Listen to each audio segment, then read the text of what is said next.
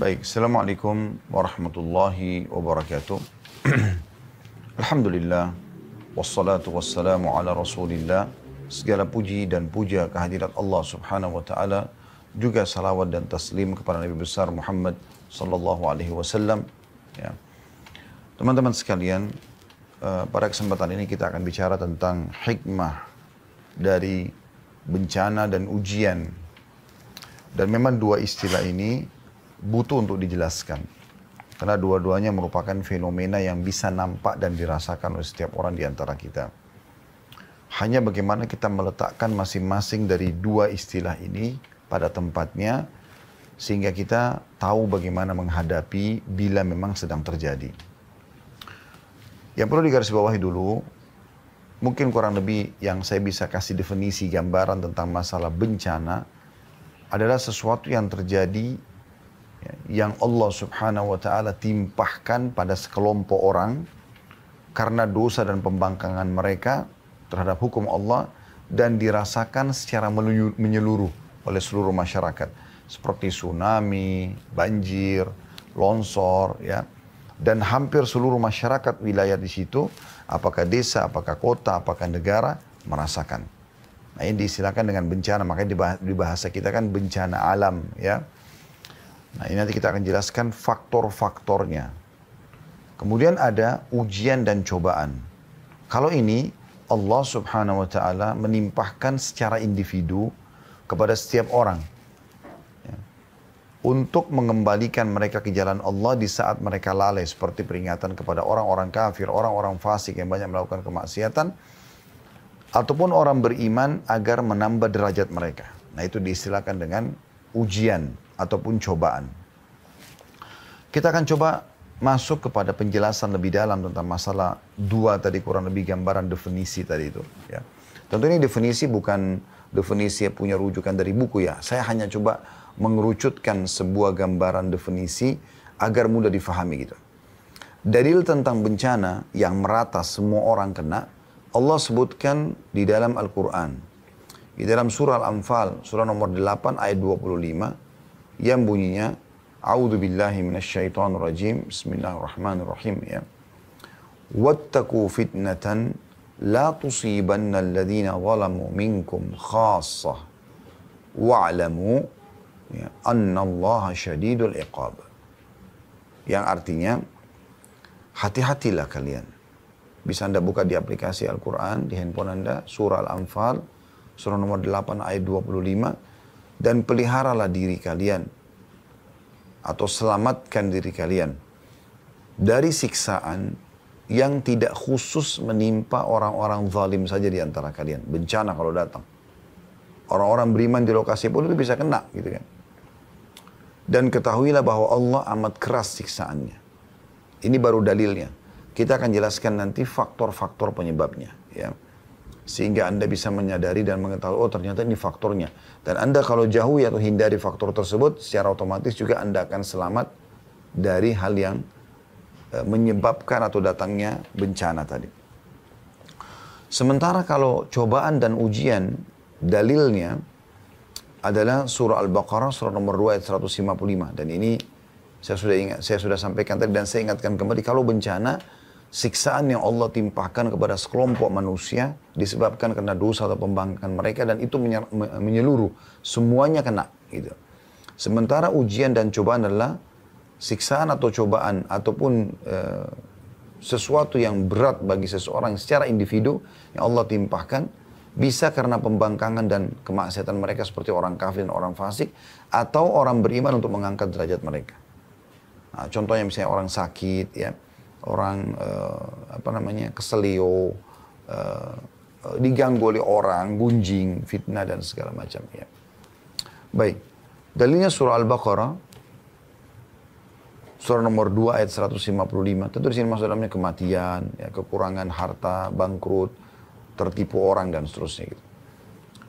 Bunyinya a'udzubillahi minasyaitonir rajim, Al-Baqarah 155, wa lanabluwannakum bisyai'in minal khaufi wal ju'i wa naqsin minal amwali wal anfusi wath thamarat wa basyiris sabirin. Kami pasti, kata Allah, kami pasti akan memberikan cobaan kepada kalian secara individu. Semua orang beriman atau orang kafir. Dengan sedikit ketakutan, kekhawatiran yang ada, ya. Kelaparan, kekurangan harta dan jiwa, juga buah-buahan. Dan beritakanlah kabar gembira kepada orang-orang yang sabar. Jadi akan diuji oleh Allah SWT. Kita akan rasakan lapar, kita akan rasakan ya, kekurangan harta, apakah ditipu orang, apakah kita belum mendapatkan pekerjaan, atau dan seterusnya. Ya. Dan juga hasil panen tidak selamanya pasti maksimal. Pasti akan ada kekurangan-kekurangan yang terjadi. Ya. Maka sampaikan berita gembira kepada orang-orang yang sabar. Jadi kita sudah sampaikan kurang lebih tentang gambaran definisi bencana yang akan menimpa seluruh orang di satu wilayah karena pembangkangan dan dosa mereka kepada Allah. Sementara ujian datangnya kepada individual. Ya. Perlu kita tadaburi dulu sebelum lebih dalam kita bahas faktor-faktor penyebab daripada bencana dan juga cobaan ya, individual tadi. Coba kita tadaburi ayat ini. Karena ini sebenarnya pondasi dasarnya. Terutama masalah bencana ya. Karena kalau kita dengar bencana teman-teman sekalian, longsor, tsunami, gempa, semua orang pasti ketakutan dan merasa ini sesuatu yang tidak diinginkan terjadi. Ya, berbeda mungkin dengan kalau ujian individual seperti misalnya lapar, haus, mungkin cuma dia saja yang rasakan. Dan ada juga orang mungkin dia masih menikmati keadaan dia sampai Allah memberikan dia jalan keluar. Tapi kalau bencana ini susah sekali. Karena umumnya membinasakan dan menghancurkan gitu. Teman-teman sekalian, ayat Al-Quran ini perlu dirundungi surah Hud, surah nomor 11 ayat 117. Tentang pondasi dasar bencana itu.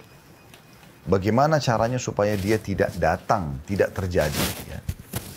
Maka perhatikan surah Hud ayat 117 yang berbunyi, A'udzu billahi minasyaitonir rajim wa ma kana rabbuka liyuhlikal qura bidzulmin wa ahluha muslihun. Dan Tuhanmu hai Muhammad sekali-kali tidak akan pernah membinasakan negeri-negeri secara zalim. Gak mungkin terjadi tsunami, bencana alam ya. Apapun itu sifatnya atau namanya, tidak mungkin terjadi ya, tiba-tiba, tanpa sebab. Allah nggak akan berbuat zalim. Dan Tuhanmu hai Muhammad sekali-kali tidak akan pernah membinasakan negeri-negeri secara zalim. Sedangkan penduduknya berbuat kebaikan.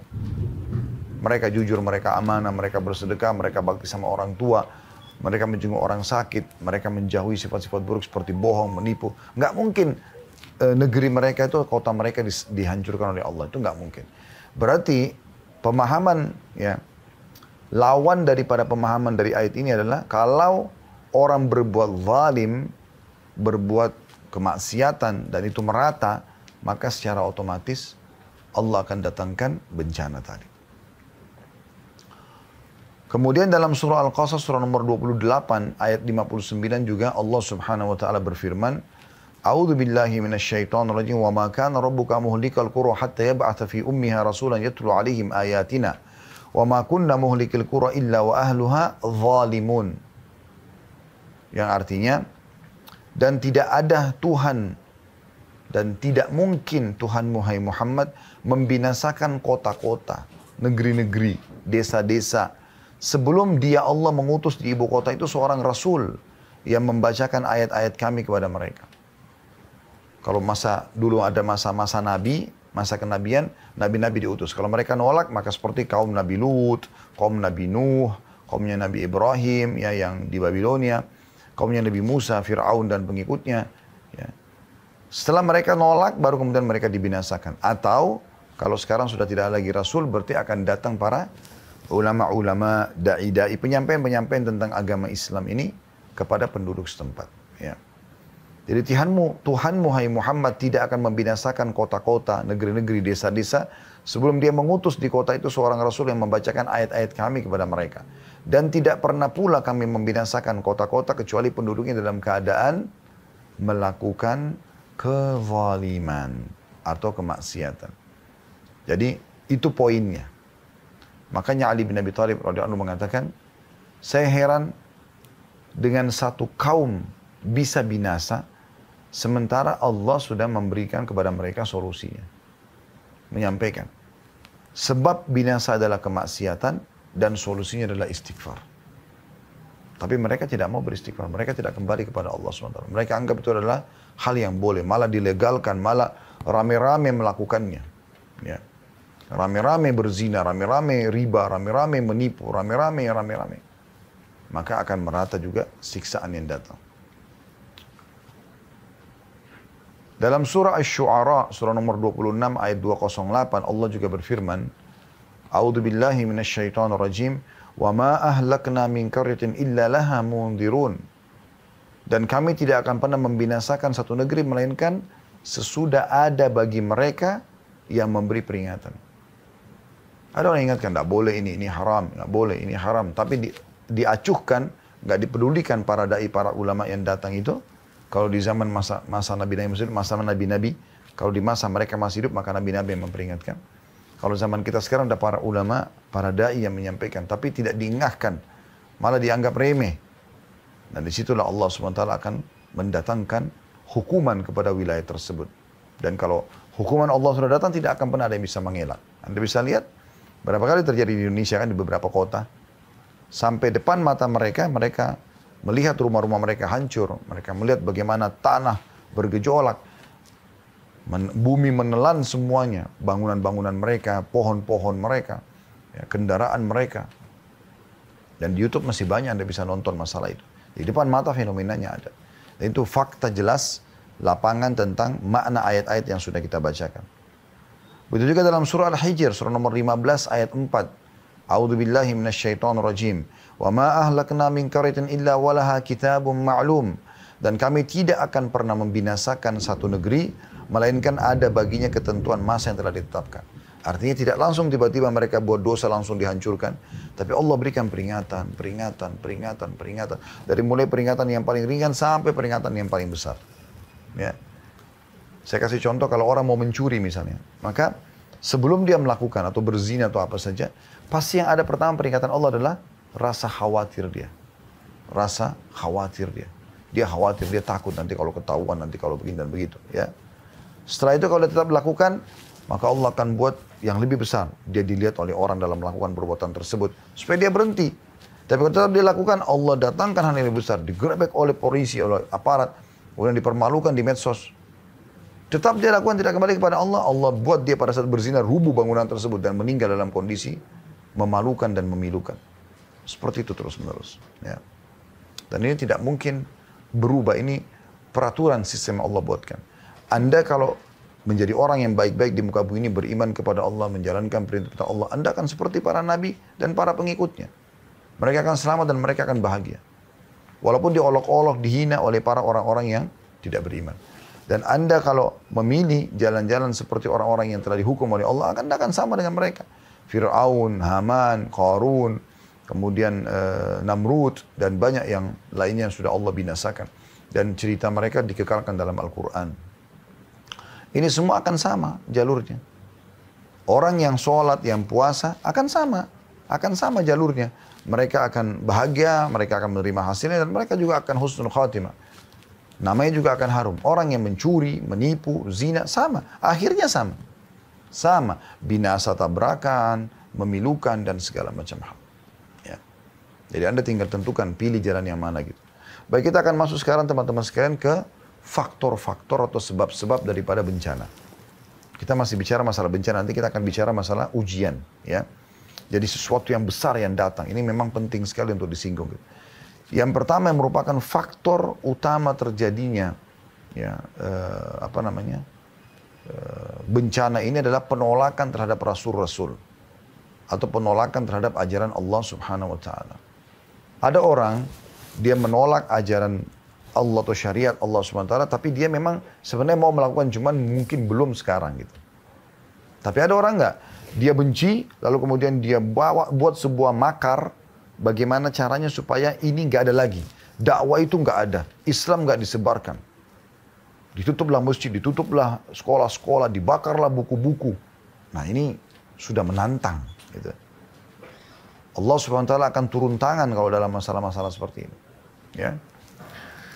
Sudah banyak contohnya kita dengarkan bagaimana ayat Al-Quran menjelaskan masalah dalam surah Yunus. Surah nomor 10 ayat 13. A'udzubillahi minasyaitonirrajim. وَلَقَدْ أَهْلَكْنَا الْقُرُونَ مِنْ قَبْلِكُمْ لَمَّا ظَلَمُوا ja'atuhum rusuluhum bil bayinati wa ma kanu liyu'minu kadzalika najzil qaumal mujrimin. Yang artinya, sesungguhnya kami telah membinasakan umat-umat sebelum kalian. Banyak orang sudah Allah binasakan. Namrud, Anda tinggal ketik peninggalan Namrud di Babilonia akan kelihatan. Istana-istana mereka. Istananya, patung-patungnya, peninggalan kerajaannya. Fir'aun di Mesir, Anda bisa lihat bagaimana peninggalan mereka. Bahkan jasadnya pun masih ada. Kemudian juga, ya, banyak yang lain peninggalan kaum Nabi Syuaib ya, di Madian, atau dikenal dengan wilayah Nabi Syuaib. Kemudian juga ada Madain Saleh yang ada di Saudi 4 jam dari kota Madinah, tempatnya Nabi Saleh, kaum Thamud ya. Bagaimana kaum Lut ada di Laut Mati di Jordan, antara Jordan dan Palestina. Jadi ada peninggalan-peninggalan mereka. Kita bisa nampak depan mata gitu. Allah sudah mengatakan, dan kami telah membinasakan umat-umat sebelum kalian. Ketika mereka berbuat kezaliman, apa sih kezaliman mereka yang Allah maksudkan? Allah katakan, padahal rasul-rasul mereka telah datang kepada mereka dengan membawa keterangan-keterangan yang nyata. Ya. Tapi mereka sekali-kali tidak hendak beriman. Mereka tidak mau menerima itu. Ini garis keras, ini. Intinya menolak agama Allah sebenarnya. Jadi, beda tentu kasusnya orang yang belum bisa mengamalkan, karena dia butuh proses, dengan orang yang sama sekali memang tidak mau mengamalkan. Ya. Jadi, akan datang bencana itu. Tetapi mereka sekali-kali tidak mau beriman. Demikianlah kami memberi pembalasan kepada orang-orang yang berbuat dosa. Jadi yang masalahnya adalah kezaliman yang Allah maksudkan, menolak para rasul. Menolak syariat Allah yang telah dibawa oleh para rasul. Dan tentu penyambung lidahnya para rasul adalah para ulama, para da'i. Ya. Mereka nggak mau belajar, mereka nggak mau tahu. Mau makanan, mau minuman, mau pergaulan, mau pendapatan halal atau haram, tidak penting bagi dia. Yang penting dia mendapatkan apa yang dia inginkan, hawa nafsunya. Dan sesuai dengan agama Allah SWT. Maka ini tentu menjadi penyebab ya. Demikian pula dalam surah Al-Anfal, surah nomor 8 ayat 54 tentang Fir'aun. A'udzubillahi minasyaitonirrajim. Al-Anfal 54. Kadabi ali fir'auna walladzina min qablihim kadzabu biayati rabbihim fa ahlaknahum bidhunubihim wa aghraqna ala fir'auna wa kullun kanu zalimin. Keadaan mereka, orang-orang yang telah Allah binasakan. Siapapun itu, termasuk yang di zaman-zaman kita sekarang, kalau masih ada orang yang Allah binasakan, serupa dengan keadaan Fir'aun dan pengikut-pengikutnya. Sama. Tadi sudah saya bilang, kalau dia melakukan kemaksiatan akan sama dengan nasibnya orang-orang yang maksiat sebelum kita. Kalau dia beriman, maka dia akan sama dengan orang-orang yang beriman sebelumnya. Keadaan mereka, orang-orang yang Allah binasakan, serupa dengan keadaan Fir'aun dan pengikut-pengikutnya, serta orang-orang yang sebelumnya juga Fir'aun, yang sudah Allah binasakan. Mereka mendustakan ayat-ayat Tuhannya.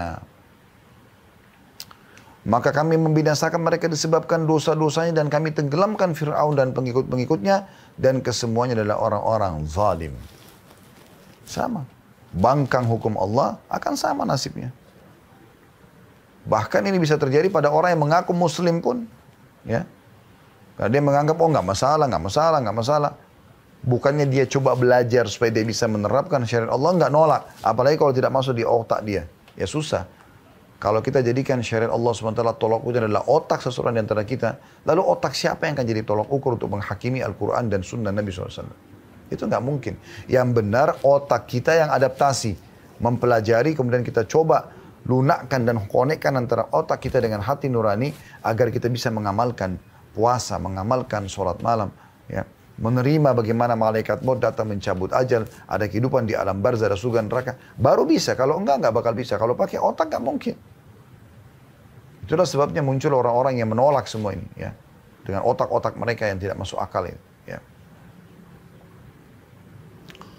Begitu juga dalam surah Muhammad, surah nomor 47 ayat 13. Allah subhanahu wa ta'ala berfirman, A'udhu billahi minasyaitonir rajim, wa ka'ayyim min qaryatin hiya ashaddu quwwatan min qaryatika allati akhrajatka ahlaknahum fala nasira lahum. Waktu Nabi Muhammad SAW diusir-usir, disiksa di Mekah, ya, saya dibuat terganggu dalam dakwah beliau, padahal beliau menyampaikan kebenaran tentang hukum Allah SWT. Maka Allah mengatakan betapa banyak hai Muhammad, negeri yang penduduknya lebih kuat daripada penduduk negerimu. Maksudnya Mekah, penduduk negeri yang telah mengusirmu itu. Kami telah membinasakan mereka karena penolakan mereka pada Rasul. Maka tidak seorang penolong pun pada mereka. Ini hampir terjadi teman-teman sekalian di Mekah. Waktu Nabi SAW berdakwah, lebih dari 10 tahun Nabi SAW berdakwah di Mekah. Ya. Ditolak dakwanya. Yang beriman hanya 153 orang. Itu pun ya 83 orang hijrah ke Ethiopia, cuma 70 orang yang tinggal bersama Nabi SAW di Mekah. Itu bukan waktu yang sedikit, 10 tahun lebih berdakwah. Tapi cuma sekian yang beriman gitu. Ya. Maka teman-teman sekalian, ya, Nabi SAW coba keluar, cari lokasi dakwah yang baru. Maka beliau menuju ke kota Taif. Kurang lebih antara 70 sampai 80 kilo dari kota Mekah. Dan kalau Anda pernah dengar Nabi SAW pernah disusui oleh Halimah Sa'diyah, suku Sa'diyah itu ada di kota Taif kurang lebih. Sekitar Taif gitu ya. Dan sampai sekarang Anda bisa kunjungi kota Taif kalau Anda lagi umrah. Misalnya kalau Allah buka satu waktu lagi insya Allah umrah, Anda bisa mengunjungi kota Taif. Kota yang cukup bagus, indah, ada di atas gunung gitu ya. Dan udaranya cukup dingin gitu. Yang jelas teman-teman sekalian, Allah Subhanahu wa Ta'ala mengutus Nabi Muhammad SAW karena di Mekah ditolak, menuju ke sana, diizinkan, pergilah ke sana. Nabi SAW jalan kaki, sampai sana ditolak juga dakwanya, bukan cuma ditolak gitu. Ya. Orang-orang pemimpin kota Taif mengajak masyarakatnya untuk melempari Nabi SAW. Jadi setiap kali Nabi angkat kakinya satu dilempari, diturunkan sudah sakit nih, dan bukan satu dua orang yang melempari, hampir satu kota Taif. Ya. Dan pada saat turun sudah kesakitan, yang satu diangkat karena orang melangkah kan harus mengangkat kaki. Yang satu lagi dilempar. Berdarah-darah, keringatan, ditolak dakwah Nabi SAW. Di Mekah ditolak, di Taif ditolak. Coba kita bayangkan kalau kita di posisi Nabi SAW pada saat itu. Islam masih belum dikenal. Bukan kayak sekarang. Al-Quran masih baru berapa ayat yang turun. Gitu. Ya. Maka yang terjadi teman-teman sekalian, Nabi SAW keluar dari pintu gerbang dalam kondisi memang betul-betul sedih ya. Dan beliau terus jalan sampai berada di bawah sebuah pohon, istirahat sejenak. Nah waktu beliau istirahat sejenak teman-teman sekalian, tiba-tiba Jibril datang alaihissalam. Kemudian Jibril ya, mengatakan, hai Muhammad, sesungguhnya sekarang bersamaku ini malaikat khusus yang mengatur semua gunung di muka bumi. Dia yang bertanggung jawab. Hancurin, pindahin, segala macam. Maka kami sudah melihat ini. Seakan-akan Jibril mengatakan, kami sudah melihat ini bagaimana Mekah dan Taif menolak. Kalau kau mau perintahkan apa saja sama dia. Kalau kau mau perintahkan dia agar menyatukan antara gunung Taif dan Mekah ini, ya, digabungkan, hancur semua dua kota ini. Dan dakwahmu akan tersebar. Tetap Islam akan diterima. Mereka nolak, mereka akan hancur. Atau pilihannya, kau bersabar hai Muhammad dan dakwahmu akan tersebar. Maka karena hati ya, nurani Nabi SAW yang sangat lembut, penuh kasih sayang dan mendahulukan agar umat manusia ini mendapatkan hidayah, bukan cuma kehancuran dari Allah SWT atau bukan spontanitas kehancuran, maka Nabi SAW mengatakan tidak. Aku berharap ya agar Allah mengeluarkan dari keturunan mereka orang-orang yang beriman kepada Allah. Lahir dari Al-As bin Wa'il, Amr bin As, seorang pejuang Islam, bahkan yang membawa Islam ke Afrika. Ya.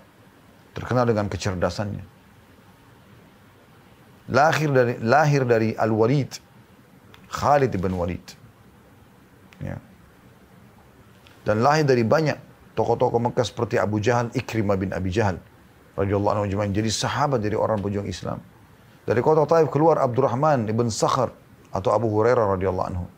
Seorang muhaddits atau penyampai hadis Nabi SAW yang paling banyak, perawi laki-laki yang paling banyak meriwayatkan hadis. Abu Hurairah itu dari kota Taif, dari suku Daus radhiyallahu anhu ajma'in. Jadi Allah akhirnya kabulkan apa yang Nabi SAW lakukan. Jadi Allah belum menghancurkan justru karena Nabi SAW memang masih mohon kepada Allah SWT.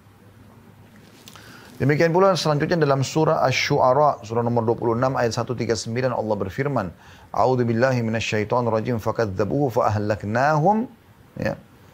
Inna fi dzalika laayatan wa ma kana aktsaruhum mu'minin. Maka mereka mendustakan Hud, kaumnya Nabi Hud, ya, kaum 'Ad. Lalu kami binasakan mereka. Sesungguhnya pada demikian itu benar-benar terdapat tanda-tanda kekuasaan Allah, tapi kebanyakan mereka tidak beriman. Jadi perlu kita melihat, mengenang kisah umat-umat sebelum kita, karena mereka jelas Allah binasakan. Yang paling jelas tadi kisah Fir'aun itu, yang sampai sekarang bisa dilihat muminya di Mesir. Yang kedua teman-teman, sebab setelah penolakan terhadap Rasul adalah meratanya dosa besar. Dan ini yang umum sekarang terjadi di muka bumi ya.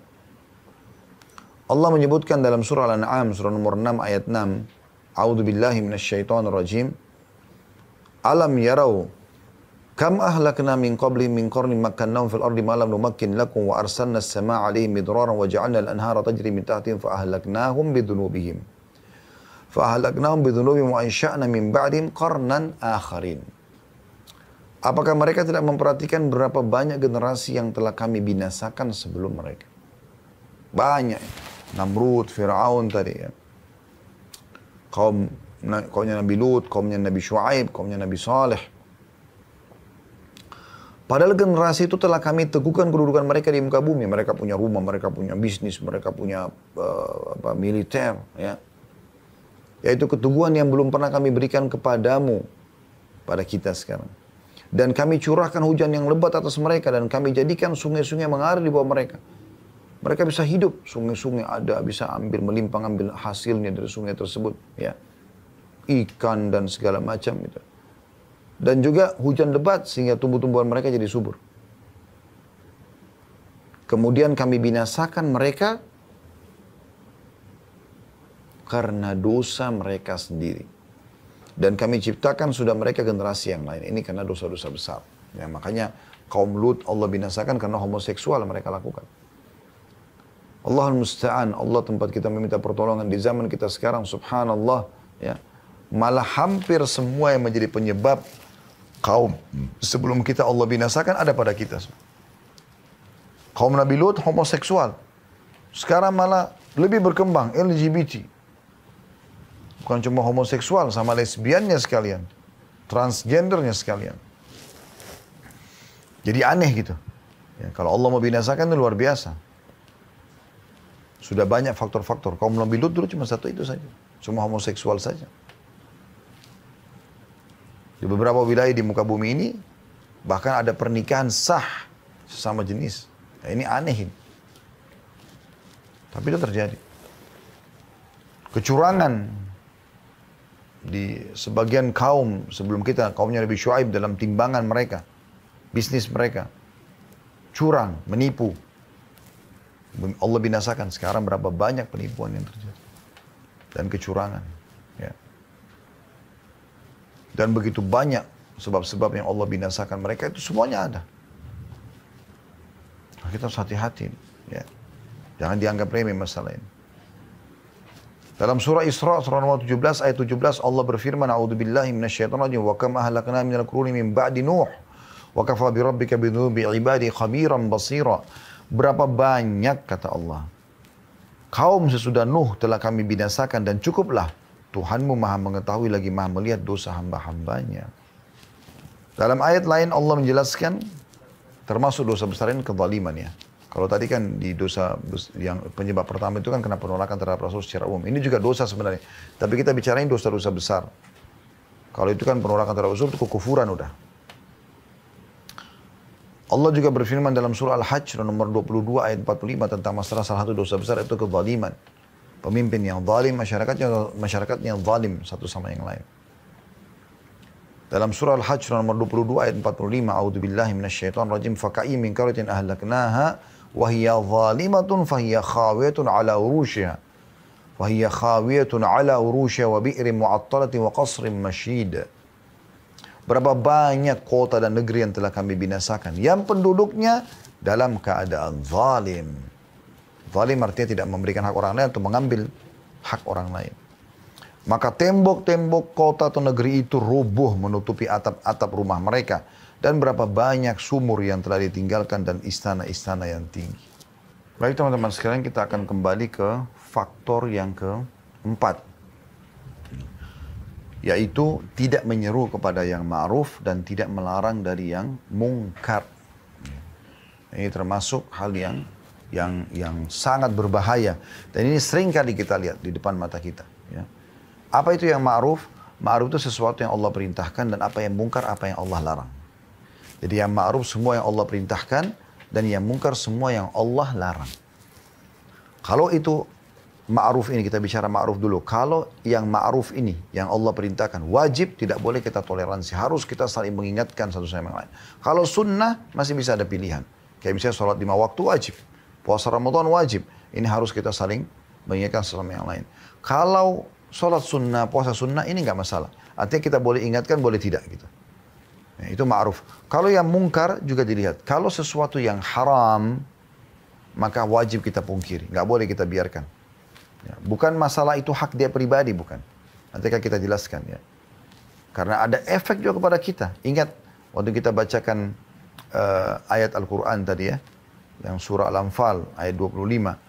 Allah mengatakan hati-hati dari musibah, siksaan yang datang. Yang tidak menimpa orang-orang zalim saja di antara kalian. Dia berbuat tapi kita juga kena efeknya gitu. Ya.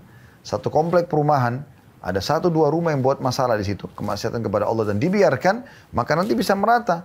Terjadi konslet listrik, terjadi pencurian dan merata, ada pembunuhan dan segala macam, itu bisa terjadi. Karena dibiarkan. Ya, seperti itu maksudnya. Kalau haram harus kita pungkiri. Kalau makruh kita masih punya, bisa kita diam. Gak ada masalah, karena itu masih pilihan. Ya. Jadi ini poin yang perlu digarisbawahi. Baik, kita akan lihat bagaimana Allah subhanahu wa ta'ala menjelaskan tentang pentingnya amar ma'ruf dan nahi munkar. Ini kalau mau dibahas panjang sekali tentunya. Tapi kita lihat dalam surah ya, Al-Ma'idah, surah nomor 5 ayat 78 sampai 79. Kisah tentang Bani Israel. Bagaimana mereka tidak amar ma'ruf, tidak nahi munkar. Allah subhanahu wa ta'ala berfirman, A'udzubillahi minasyaitonirrajim. Lu'ina alladhina kafaru min bani Israel ala lisani Dawud wa Isa bin Maryam. Dzalika bima asaw wa kanu ya'tadun. Kanu la yatanahawna an munkarin fa'alu labi'sa ma kanu yaf'alun. Telah dilaknati orang-orang kafir dari Bani Israel dengan lisan Daud dan Isa putra Maryam. Yang demikian itu disebabkan mereka durhaka dan selalu melampaui batas. Ya. Kenapa? Kenapa mereka dilaknat? Kenapa Allah patok mereka sebagai orang yang melampaui batas? Karena itu berarti dihukum ya. Kenapa? Apa yang Bani Israel lakukan? Allah mengatakan, itu ayat 78. Ayat 79-nya Allah jelaskan. Mereka satu sama yang lain tidak melarang tindakan mungkar yang mereka perbuat. Sesungguhnya amat buruklah apa yang telah mereka perbuat itu. Jadi orang berzina, orang riba, orang mencuri, orang menipu, orang gunjing, orang bodoh dengan agama, bicara tentang agama, menghina agama, didiamkan. Itu sebabnya dulu Allah binasakan.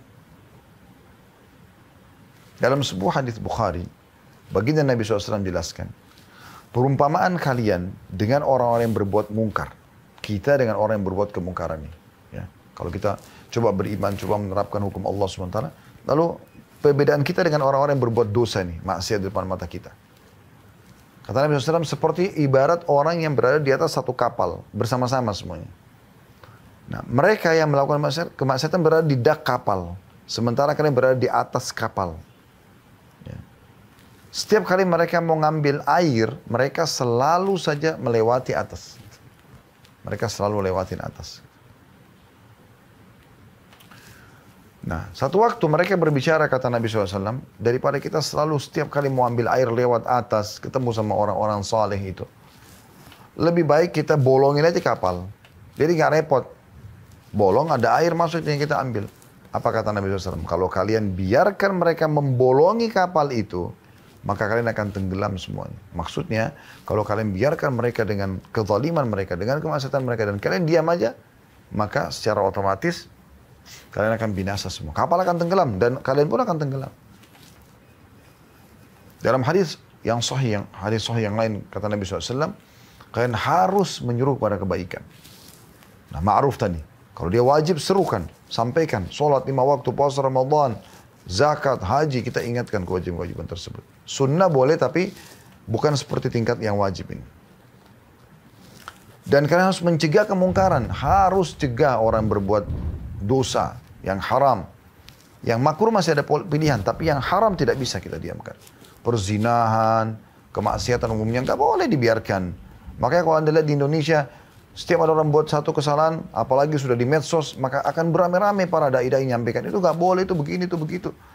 Ya. Atau mungkin ada di sebagian di antara kaum muslimin, anak-anak muda kita yang Masya Allah semangat dalam agama, mereka mencari cuplikan-cuplikan ceramah para ustadz atau dai, kemudian dipertemukan untuk menasihatin orang yang berbuat dosa ini. Kan begitu. Nggak boleh dibiarkan, karena berbahaya ini. Kata Nabi SAW, kalian harus menyuruh pada kebaikan dan melarang untuk mencegah kemungkaran. Melarang pelaku kezaliman hingga kalian mencegahnya secara paksa. Paksa dengan kata harus terus dikejar.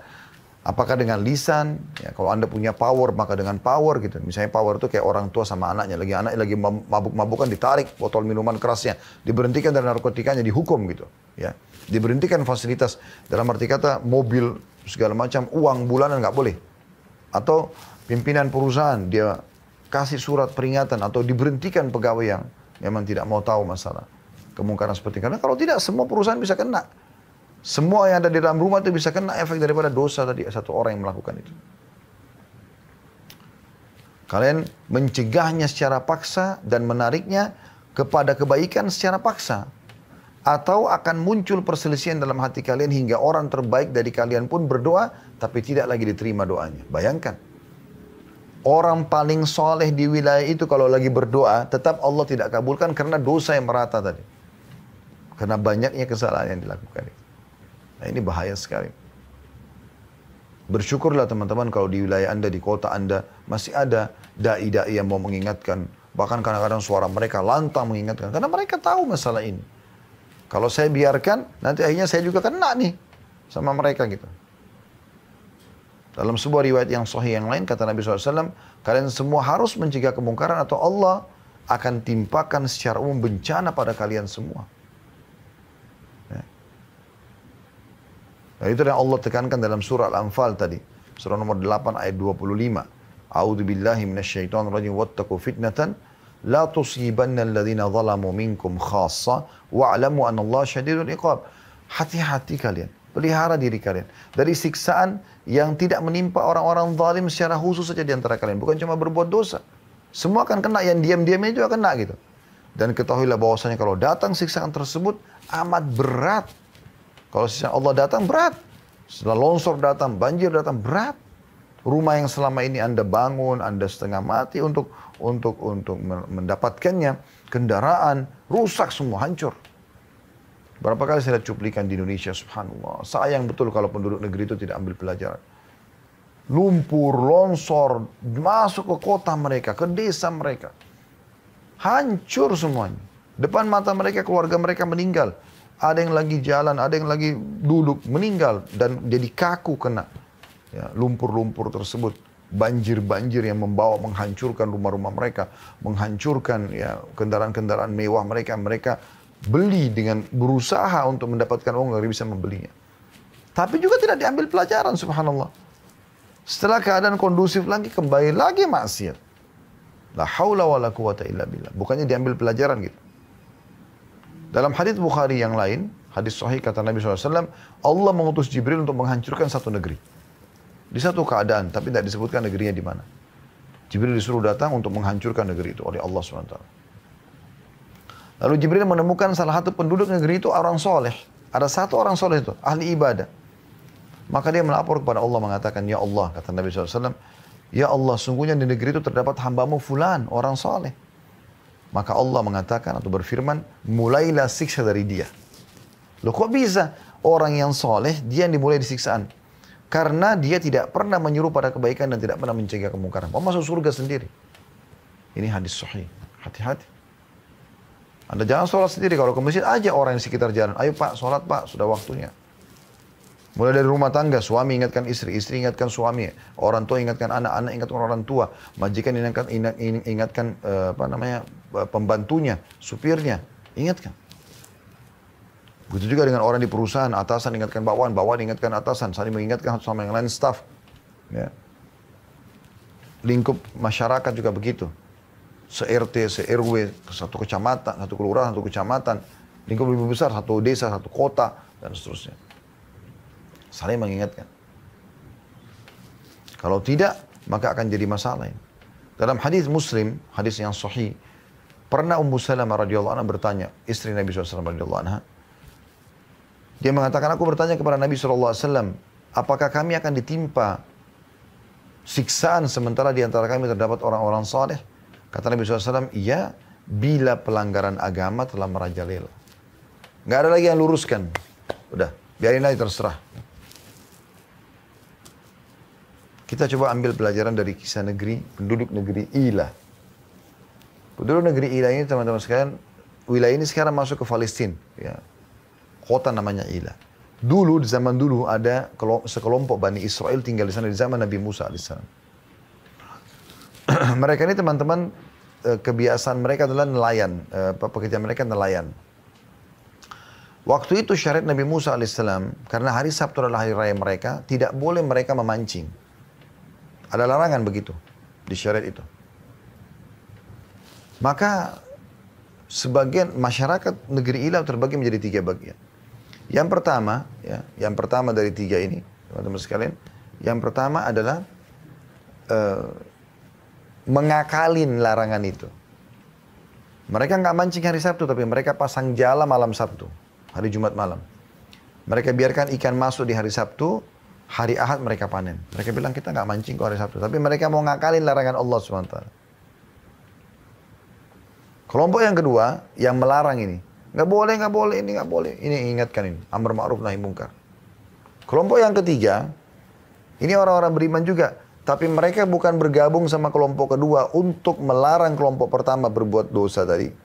Tapi malah dia atau mereka menahan kelompok kedua. Udahlah, nggak usah urus itu. Kelompok pertama biarin aja.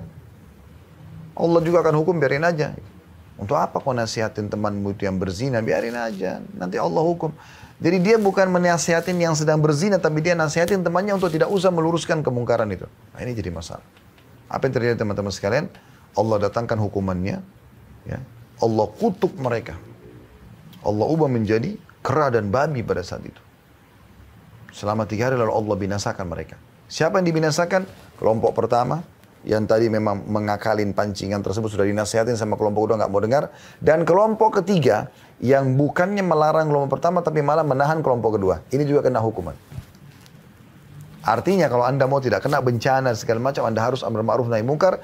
Kalau bencana akan datang di wilayah itu, kan Anda sudah coba luruskan, mereka tidak mau dengar, maka Allah punya cara menyelamatkan Anda nantinya. Seperti kasus Nabi Lut, Nabi Shu'aib, Nabi Saleh, Nabi Ibrahim, Nabi Musa alaihissalatu wassalam. Ya Allah selamatkan, Allah keluarkan pada saat bencana akan datang.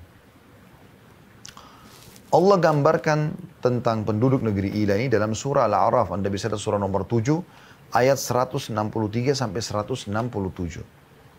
Bunyinya, A'udzu billahi minasyaitonir rajim. Was'alhum 'anil qaryati allati kanat hadiratal bahri idh ya'duna fis sabti idh ta'tihim hitanuhum yawma sabtihim syur'an wa yawma la yasbituna la ta'tihim kadzalika nablum bima kanu yafsukun. Wa idh qalat ummatun minhum lima ta'iduna qauman illahu muhlikum aw mu'adzibum 'adzaban syadida.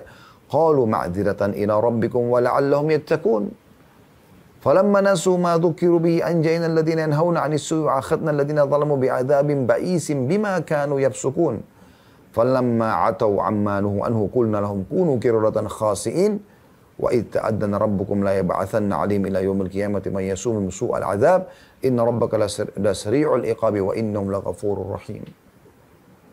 Ayat 163-nya. Allah mengatakan agar Nabi Muhammad SAW menanyakan kasus penduduk negeri Ila kepada orang-orang Yahudi di Madinah. Mereka tidak mau beriman. Baik, alasan mereka menolak kenapa? Ini bukan Nabi. Baik, ada satu kisah dari Bani Israel penduduk negeri Ila, tidak semua orang tahu. Nabi ini tahu nih. Allah SWT perintahkan Nabi Muhammad SAW ceritakan kepada mereka. Kata Allah, tanyakan kepada mereka, hai Muhammad. Tanyakan kepada mereka, hai Muhammad. Tentang penduduk negeri, ya, yang pernah dihuni oleh Bani Israel, yang terletak di dekat laut, pinggir pantai. Ketika mereka melanggar aturan hari Sabtu, nggak boleh mancing, tapi mereka akalin hari malam Sabtu pasang jala, hari Ahad mereka panen. Di waktu datang kepada mereka ikan-ikan yang berada di sekitar mereka terapung-apung di permukaan air. Dan di hari-hari yang bukan Sabtu, ikan-ikan itu tidak datang kepada mereka. Demikianlah kami mencoba mereka disebabkan karena mereka berbuat fasik. Jadi awalnya beberapa individu mau mengakalin dengan cara tadi memasang jala malam Sabtu, mereka biarin jalannya sampai hari Ahad pagi, baru mereka panen gitu. Diingatkan oleh kelompok yang amar ma'ruf nahi munkar, mereka tidak mau dengar. Lalu Allah datangkan ujian lebih berat buat mereka. Yaitu di hari Sabtu, mereka nggak usah pergi keluar pakai perahu mereka. Ikan-ikan sudah datang ngapung-ngapung, tinggal mereka pegang pakai tangan mereka. Sebagai ujian. Sehingga mereka makin melanggar. Itu 163. 164-nya kata Allah. Dan ingatlah ketika satu umat di antara mereka berkata, mengapa kamu menasihati kaum yang Allah akan binasakan mereka dan mengadab mereka dengan adab yang amat keras. Jadi kelompok pertama berbuat dosa tadi, melanggar mancing hari Sabtu. Kelompok kedua menasihatin. Ya Allah ingatkan di sini, ingat kelompok yang ketiga.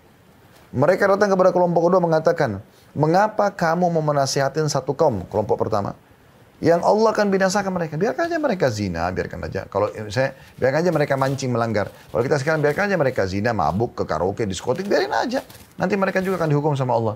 Nggak bisa, karena yang mereka lakukan itu berefek juga pada kita gitu. Maka para kelompok kedua yang melarang kelompok ketiga, kelompok pertama tadi, ya, menjawab, agar kami punya alasan di depan Tuhan kami. Kalau kami sudah ingatkan ya Allah, di hari kiamat Allah akan tanya, kau berdakwah nggak? Kau sampaikan nggak? Gitu. Agar kami lepas tanggung jawab depan Allah di kiamat. Kami nggak dihukum sama Allah. Dan siapa tahu mereka bertakwa. Siapa tahu mereka dapat hidayah. Gitu kan. 165-nya. Maka tak kala mereka melupakan apa yang diperingatkan kepada mereka. Nggak mau dengar. Kelompok pertama nggak mau dengar. Kelompok ketiga juga. Bukannya bergabung sama kelompok kedua setelah dengar alasan tadi. Mereka tetap aja. Udahlah nggak usah gitu. Maka tak kala mereka melupakan apa yang diperingatkan kepada mereka. Kami selamatkan orang-orang yang melarang dari perbuatan jahat. Kelompok kedua. Dan kami timpakan kepada orang-orang zalim siksaan yang keras. Kelompok pertama sama yang ketiga. Disebabkan mereka berbuat fasik. Ya. Jadi tidak melarang orang mungkar pun kena nanti. Bersama dengan orang yang berbuat mungkar itu. Karena dianggap sama mereka. 166-nya. Maka tak kala mereka bersikap sombong terhadap apa yang dilarang. Mereka mengerjakannya. Sudahlah, nggak usah urus saya, terserah. Saya mau zina, saya mau mabuk, saya mau narkotika, terserah. Maka kami katakan kepada mereka, jadilah kera yang hina. 167-nya Allah mengatakan, dan ingatlah atau pelajarilah.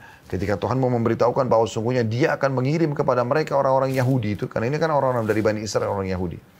Sampai hari kiamat nanti orang-orang yang akan menimpakan kepada mereka azab yang seburuk-buruknya. Sesungguhnya Tuhanmu amat cepat siksanya dan sesungguhnya dia adalah maha pengampun lagi maha penyayang. Karena secara umum mereka memang umumnya tidak mau. Kalau yang tidak sukai, walaupun Allah perintahkan mereka tinggalkan. Yang mereka sukai walaupun Allah larang mereka tetap lakukan. Dan ini bukti nyata tentang masalah datangnya siksa-siksa yang besar. Jadi kalau Anda hindari 4 faktor ini insya Allah. Ya. Nah itu tentang masalah jangan pungkiri para rasul. Sekarang penyambung lidahnya para ulama diingatkan terima. Yang kedua, jangan biarkan dosa besar merata. Tinggalkan itu. Mulai dari kita dan orang-orang sekitar. Jangan ada kezaliman dan selalu amar ma'ruf nahi munkar. Maka tidak akan ada bencana. Pasti. Kembali kepada surah Hud, surah nomor 11 ayat 117 tadi. Sekarang kita masuk teman-teman yang kedua masalah ujian. Individual yang datang. Ini sebabnya bisa kena dosa. Kata Nabi SAW dalam hadis yang diriwayatkan Imam Ahmad, terdapat dosa-dosa yang tidak dapat dibersihkan dengan istighfar. Dan Allah SWT akan mencoba hamba tersebut dengan penyakit untuk membersihkan dosa-dosanya.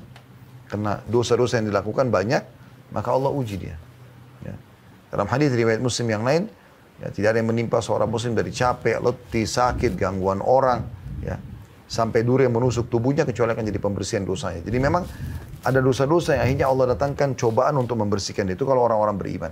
Kalau orang-orang fasik, ya, Allah jadikan sebagai peringatan kepada mereka. Kalau Anda sudah beriman, Anda sudah coba beramal soleh, Anda tetap sakit, Anda tetap ada gangguan orang, itu untuk menambah derajat Anda di surga. Makanya pernah terjadi setelah Abu Bakar dan Umar radhiyallahu anhu meninggal, mulai datang kelompok-kelompok ya Syiah yang dibentuk oleh Abdullah bin Saba, seorang Yahudi yang pura-pura masuk Islam.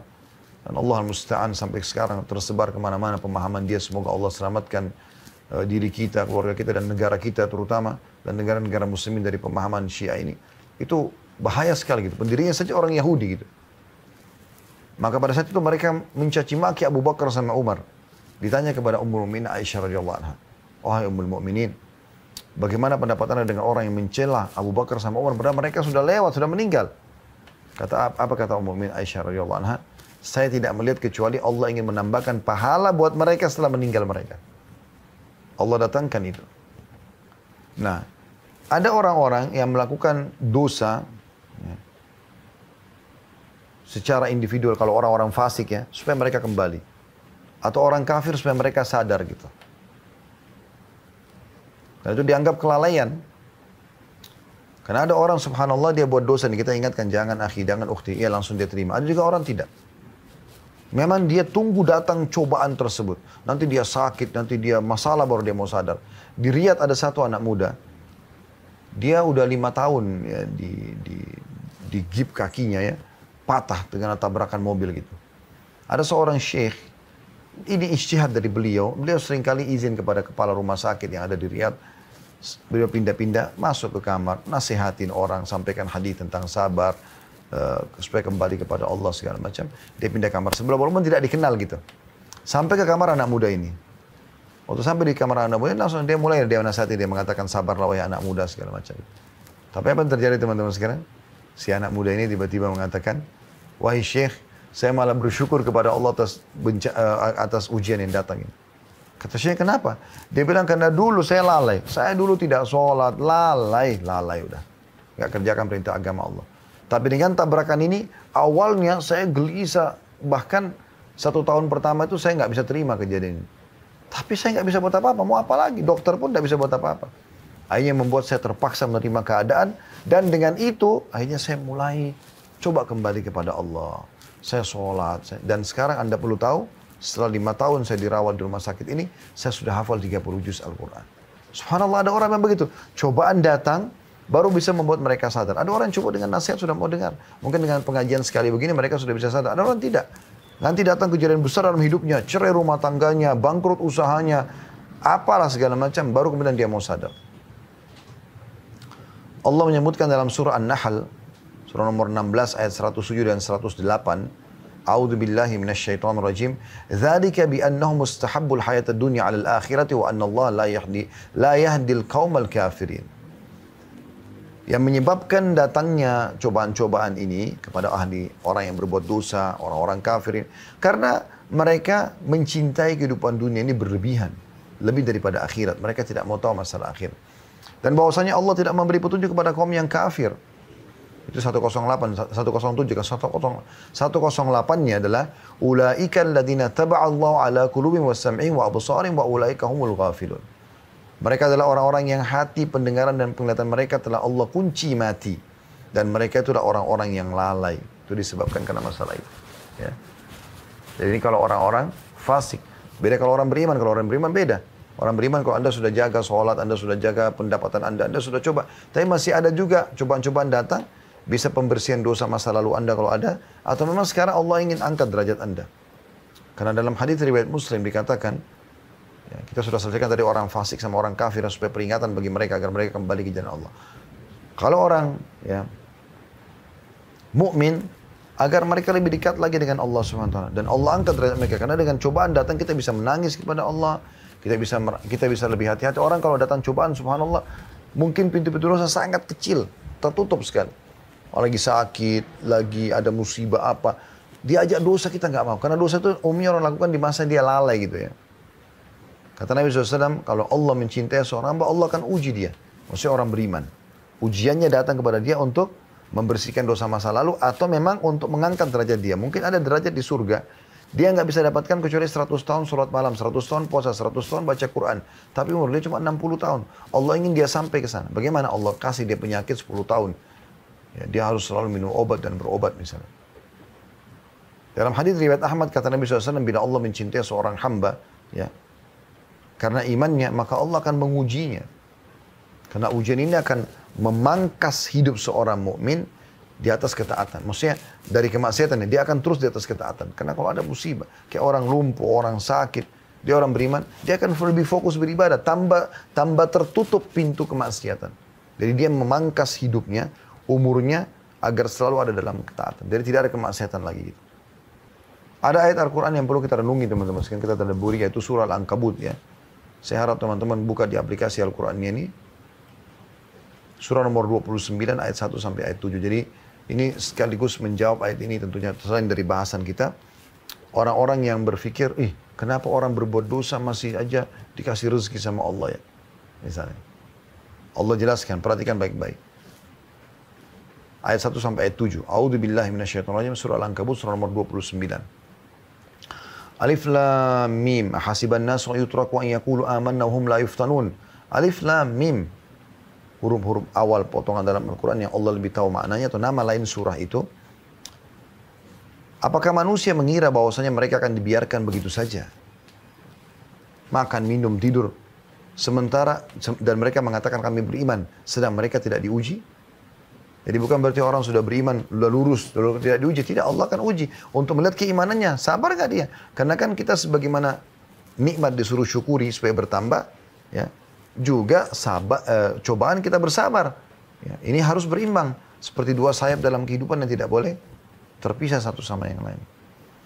Lalu Allah katakan, وَلَقَدْ فَتَنَّ الَّذِينَ مِنْ قَبْلِهِمْ فَلَا يَعْلَمَنَّ اللَّهُ الَّذِينَ صَدَقُوا وَلَا يَعْلَمَنَّ الْكَاذِبِينَ. Dan sungguhnya kami telah menguji orang-orang sebelum mereka. Orang-orang beriman juga diberikan ujian. Nabi SAW diuji, para sahabat diuji gitu kan. Bukan berarti karena mereka punya dosa. Maka sungguhnya Allah akan mengetahui orang-orang yang benar dengan keimanannya. Bisa menerima cobaan tersebut dengan bersabar. Sebagaimana mereka bisa bersyukur kalau ada nikmat gitu kan. Dan sungguhnya dia mengetahui, Allah mengetahui orang-orang yang dusta. Dari situ Allah bisa tahu orang ini jujur atau dusta dalam keimanannya. Di ayat 4-nya Allah mengatakan am hasiban alladziina ya'maluna sayyi'ati ay yasbikuna sa'a ma yahkumun. Apakah orang-orang yang mengerjakan dosa itu mengira bahwasanya mereka akan luput dari azab kami? Enggak ada dosa yang tidak dihukum sama Allah SWT. Amat buruk apa yang mereka tetapkan itu. Enggak mungkin. Lalu Ustaz, saya lihat kok ada orang yang berbuat dosa tapi tidak dihukum sama Allah. Belum. Dan Anda tidak tahu apa hukuman yang ada pada diri dia. Anda tidak tahu bagaimana kegelisahan dalam hidupnya. Anda tidak tahu bagaimana rumah tangganya. Anda tidak tahu pekerjaannya. Anda tidak tahu mungkin tiba-tiba Allah datangkan kepada dia penyakit kronis yang membuat dia tidak bisa buat apa-apa lagi. Makin banyak dosa dia lakukan, maka makin berat yang akan datang kepada dia.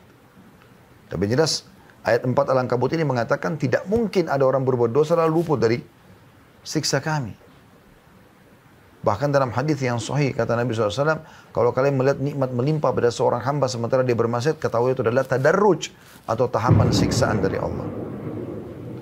Ayat 5-nya, man kana yarju liqa'a Allahi fa inna ajalallahi la'at wa huwa as-sami'ul 'alim. Barang siapa yang mengharapkan pertemuan dengan Allah, mau selamat di akhirat, mau masuk surga, maka sungguhnya waktu yang dijanjikan Allah itu pasti datang. Dan dia maha mendengar lagi maha mengetahui. Ayat 6-nya, وَمَنْ جَاهَدَ فَإِنَّمَا يُجَاهِدُ لِنَفْسِهِ إِنَّ اللَّهَ لَغَنِيٌّ عَنِ الْعَالَمِينَ. Dan barang siapa yang berjihad, berperang jalan Allah, atau dia berusaha memaksakan diri untuk tetap dalam ketaatan, meninggalkan kemaksiatan, maka sungguhnya jihadnya itu adalah untuk dirinya sendiri. Dia yang selamat, Allah tidak butuh itu. Sesungguhnya Allah benar-benar maha kaya atau tidak memerlukan sesuatu dari semesta alam. Biar kita sholat 700 tahun, Allah tidak butuh dengan sholat kita. Allah tidak butuh dengan ibadah kita. Kita tinggalkan dosa, Allah tidak butuh. Itu untuk diri kita sendiri. Ayat 7, ayat terakhir di sini yang kita bahas adalah walladzina amanu wa 'amilus solihati lanukaffiranna 'anhum sayyi'atihim wa lanajziyannahum ahsanal ladzi kanu ya'malun. Dan orang-orang yang beriman dan beramal soleh benar-benar akan kami hapuskan dari mereka dosa-dosa mereka dan benar-benar akan kami berikan kepada mereka balasan yang lebih baik dari apa yang mereka kerjakan. Kita tutup teman-teman sekalian dengan hikmah daripada ujian dan cobaan. Yang pertama, penanaman sifat sabar. Ya. Jadi saya sudah bilang tadi bagaimana nikmat kita syukuri, cobaan kita sabari. Ini harus sama, harus berimbang. Nggak boleh nikmat kita syukuri, tapi cobaan kita tidak sabari, nggak boleh. Itu orang beriman harus dua-duanya sama. Jadi dia senyum pada saat nikmat ada, dia juga senyum pada saat cobaan ada. Allah sudah sebutkan tadi dalam surah Al-Baqarah 155, kami akan menguji kalian, gitu kan. Dan Allah menyebutkan di lanjutan ayat, saya akan kembali bacakan 155-nya. Allah bilang, A'udzubillahi minasyaitonirrajim. Al-Baqarah 155. Wala nabluwannakum bisyai'im minal khawfi wal ju'i wa naqsi minal amwali wal anfusi wa thamarat basyiris sabirin. Kami pasti akan menguji kalian secara individu Dengan sedikit ketakutan, kelaparan, kekurangan harta, jiwa, dan buah-buahan, dan sampaikan berita gembira kepada orang-orang yang sabar. Ya. Allah uji itu. Kemudian teman-teman sekalian, dengan adanya cobaan kita kembali kepada Allah. Selain memang penanaman sifat sabar, juga kita kembali kepada Allah. Dan yang paling baik kita mulai dengan kalimat istirja. Inna lillahi wa inna ilaihi raji'un. Kami milik Allah, kami akan kembali kepada Allah. Perhatikan Allah sebutkan di lanjutan Al-Baqarah tadi 156, 157. Tadi 155 sudah kita baca, Allah akan uji kita dengan segala macam ujian. Lalu Allah mengatakan 156-nya yang dan sampai 155-nya dan sampaikan kabar gembira kepada orang yang sabar di akhir ayat. 156 Allah katakan, alladzina idza asabathum musibatun qalu inna lillahi wa inna ilaihi raji'un. Ya. Yaitu orang-orang yang kalau ditimpa musibah mereka mengatakan kami milik Allah, kami akan kembali kepada Allah. Itu yang paling pertama diucapkan, kalimat istirja' namanya. Allah katakan dalam 157-nya, ulaika alaihim salawatu min rabbihim wa rahmah wa ulaika humul muhtadun. Mereka lah orang-orang yang mendapatkan keberkahan yang sempurna dan rahmat dari Tuhan mereka, dan mereka itulah orang-orang yang mendapatkan petunjuk. Ya. Dalam sebuah hadis yang sahih kata Nabi SAW, tidaklah seorang hamba ditimpa musibah lalu mengucapkan inna lillahi wa inna ilaihi raji'un. Ya Allah kami milik inna lillahi wa inna ilaihi raji'un, kami milik Allah, kami akan kembali kepada Allah. Lalu ditambah lagi doa Allahumma ajurni. Lalu ditambah dengan doa Allahumma ajurni fi musibati wa akhlif li khaira minha. Ya Allah berikanlah aku pahala ya pada cobaan ini ya, musibah ini, dan gantikan aku yang lebih baik darinya.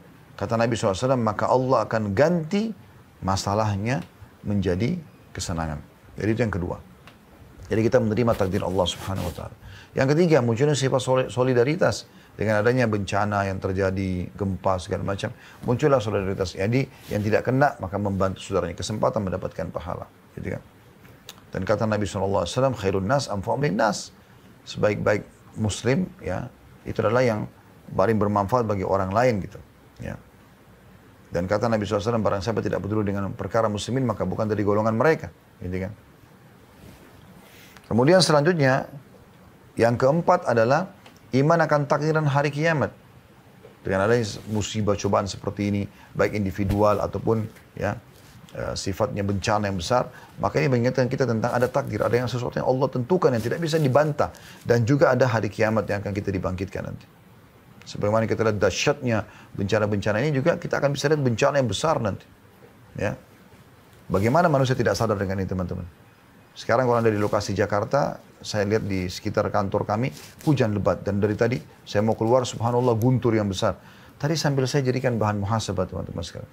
Kalau di wilayah Anda kebetulan yang ikut acara ini tidak hujan, mungkin satu waktu Anda bisa lihat. Atau mungkin Anda pernah lihat bagaimana hujan yang deras, suara guntur, petir. Bagaimana suara guntur yang begitu dahsyat masih belum membuat orang sadar kalau ada sang pencipta Allah yang bisa menghukum dia setiap saat. Dari mana suara ini? Dari mana petir? Dari mana hujan ini turun? Kalau tidak ada yang mengaturnya semua. Ini mengingatkan kita tentang takdir Allah, gitu kan? Dan juga menyadarkan kepada kita tentang adanya hari kiamat, ya. Adanya hari kiamat.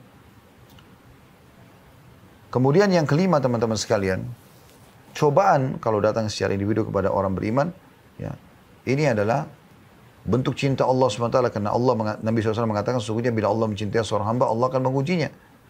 Dalam riwayat yang lain, ya, kalau Allah mencintai seorang hamba, Allah akan katakan kepada para malaikat, tuangkan pada dia musibah-musibah tersebut atau cobaan-cobaan tersebut. Karena makin membuat dia tidak cinta dengan dunia, makin fokus kepada ibadah gitu ya. Walaupun orang beriman tentu bisa nikmat makan, minum segala macam, tapi kalau datang cobaan, datang pada hidupnya. Kemudian yang keenam, teman-teman sekalian, ya, hikmah yang bisa diambil dari ujian, dari bencana adalah dahsyatnya doa itu sendiri. Di saat itu memang luar biasa orang memohon kepada Allah. Lagi di atas kapal, dihantam oleh ombak dan kapal akan tenggelam. Bagaimana dahsyatnya orang berdoa pada saat itu. Sebab Ikrimah bin Abi Jahal radhiyallahu anhu, Ikrimah anaknya Abu Jahal. Abu Jahal Fir'aunnya umat ini, meninggal dalam keadaan kufur, tapi anaknya Ikrimah masuk Islam gara-gara apa? Dia mau melarikan diri dari Nabi SAW pada saat pembebasan kota Mekah. Dia pergi ke Jeddah lalu naik kapal menuju ke Eropa, ke Ethiopia, ke Afrika. Di tengah lautan dengan hikmah Allah dihantam ombak, kapal tersebut akan tenggelam. Banyak orang-orang yang di atas kapal itu semua penyembah-penyembah berhala. Dia kenal bawa berhala mereka. Mereka mohon-mohon tolong bantu, tolong bantu. Makin keras ombak, makin kuat angin. Terguling mereka dan banyak patung-patung mereka yang mereka pegang itu jatuh pecah. Ikrimah lalu berpikir, mana kekuatan Tuhan-Tuhan yang mereka anggap selama ini. Maka dengan itu akhirnya dengan akal sehatnya dia akhirnya kembali kepada Allah SWT. Dia berdoa kepada Allah dengan tulus agar Allah selamatkan, kemudian dia kembali ke Makkah lalu dia beriman kepada Nabi Muhammad SAW. Di saat itu luar biasa doa. Itu hikmah juga, gitu kan? Mungkin kalau Anda lagi sakit, Anda berdoa kan beda. Dengan kalau Anda lagi tidak sakit, Anda lagi ada musibah, bangkrut usaha, Anda berdoa beda. Doanya di situ tuh luar biasa, lebih khusyuk gitu. Ya. Cuma memang yang perlu kita ketahui juga teman-teman sekalian, ujian-ujian yang Allah berikan ini pasti penuh dengan kasih sayang Allah. Apalagi kalau Anda orang beriman. Bahkan orang kafir pun termasuk bentuk kasih sayang Allah. Karena dengan cobaan tersebut mereka jadi bisa sadar, mereka lebih hati-hati. Apalagi bagi orang beriman gitu. Ya. Karena pernah Nabi SAW melihat ada seorang ibu lagi menyusui anaknya. Kemudian kata Nabi SAW, kalau seandainya ya, kita bakar api dan kita suruh ibu ini untuk membakar anaknya, apakah dia mau? Kata para sahabat tentu tidak mau ya Rasulullah. Kata Nabi SAW, ketahuilah Allah lebih sayang kepada kalian daripada ibu itu kepada anaknya. Jadi Allah sebenarnya memberikan ujian itu sebenarnya bukan karena benci.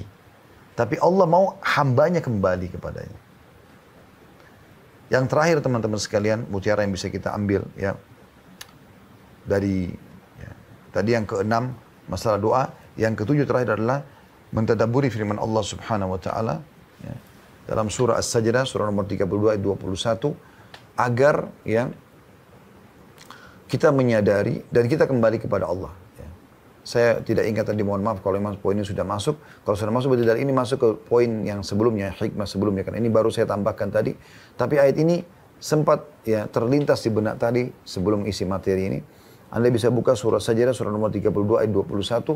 Allah memang menggambarkan kalau semua cobaan-cobaan dan musibah, bencana yang datang ini untuk mengembalikan ke jalan Allah SWT. فَلَنُذِيقَنَّهُمْ مِنَ الْعَذَابِ الْأَدْنَى دُونَ الْعَذَابِ الْأَكْبَرِ لَعَلَّهُمْ يَرْجِعُونَ. Dan kami pasti akan memberikan mereka cobaan-cobaan di muka bumi ini agar mereka ya, menyadari dan kembali, gitu kan? Sebelum ada cobaan yang besar atau siksaan yang besar di neraka nanti di akhirat. Allahu a'lam. Ini insya Allah bahasan kita, mudah-mudahan bisa diambil pelajaran dan mudah-mudahan sudah sesuai dengan apa yang diharapkan oleh teman-teman panitia.